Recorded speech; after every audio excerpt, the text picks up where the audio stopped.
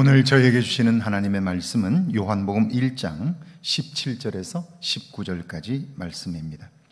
율법은 모세로 말미암아 주어진 것이요 은혜와 진리는 예수 그리스도로 말미암아 온 것이라. 본래 하나님을 본 사람이 없으되 아버지 품속에 있는 독생하신 하나님이 나타내셨느니라.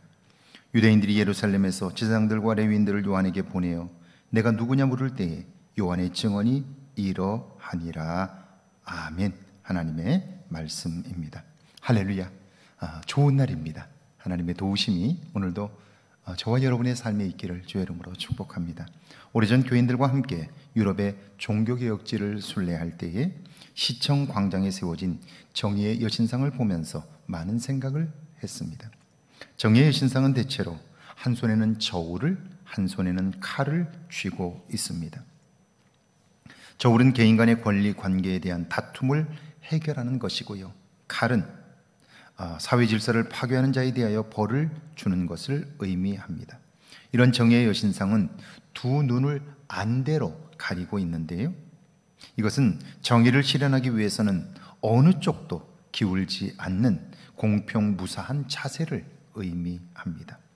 이것만 보면 정의를 세우고 실천하는 일이 그리 어렵게 느껴지지 않는데, 실제 우리의 삶을 보면 이것이 쉽지 않습니다. 17절입니다. 율법은 모세로 말미암아 주어진 것이요 은혜와 진리는 예수 그리스도로 말미암아 온 것이라. 하나님은 우리의 삶을 반듯하게 하시기 위해서 율법을 주셨습니다. 율법은 우리가 사는 동안 해도 좋은 것과 안 되는 것, 다시 말하면 선과 악을 구분하여 설명합니다. 그뿐 아니라 악을 행하였을 때에 입으로 용서를 구할 뿐 아니라 배상해야 하는 것까지를 자세히 규정하셨습니다. 그런데 사람의 삶은 법으로만 강제할 수 없어요. 만약 스스로 자원하여 봉사하고 헌신할 마음이 없다면 법만으로 사회는 삭막해지는 거죠. 사회주의를 통해 인류는 그것을 경험했습니다. 그래서 필요한 것이 바로 은혜와 진리입니다. 은혜는 악을 행한 사람을 다시 세웁니다. 회복하게 해주지요. 진리는 일어난 그가 목표를 정하고 살아갈 지향점을 제공해 줍니다. 예수님을 통해서 주시는 복이지요. 18절입니다. 본래 하나님을 본 사람이 없으되 아버지 품속에 있는 독생하신 하나님이 나타내셨느니라. 은혜와 진리를 주시는 예수님이 우리에게 또한 복이 되는 것은 누구도 영이신 하나님을 뵐 수 없습니다. 그런데 하나님이신 예수님은 몸을 입고 이 땅에 오셨기에 그분을 만날 수 있습니다. 그분과 대화할 수 있고요, 그분의 가르침을 받을 수 있습니다. 그분의 마음을 알고 그분의 말씀과 행동을 통해 우리는 그분의 성품을 닮을 수도 있습니다. 죄와 더불어 사는 인간이 하나님을 만날 수 있는 것은 가장 큰 축복이지요. 19절입니다.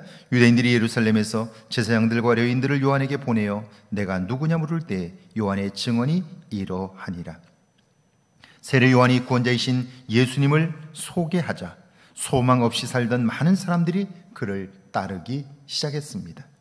그러자 율법으로만 인간과 사회를 유지하고자 했던 제사장과 레위인들이 세례 요한과 그를 따르는 무리들을 주목하기 시작합니다. 그것은 새롭게 드러난 하나님의 계획과 은혜, 진리를 배우고 따르려는 겸손함이 아니라 자신들의 기득권을 지키기 위한 경계심이었습니다. 그들이 세례 요한을 호출합니다. 그리고 묻습니다. 내가 누구냐? 누구이기에 사람들을 모으고 현혹하느냐? 그들의 의구심은 그 속에 욕심과 교만이 있기에 위험한 거예요.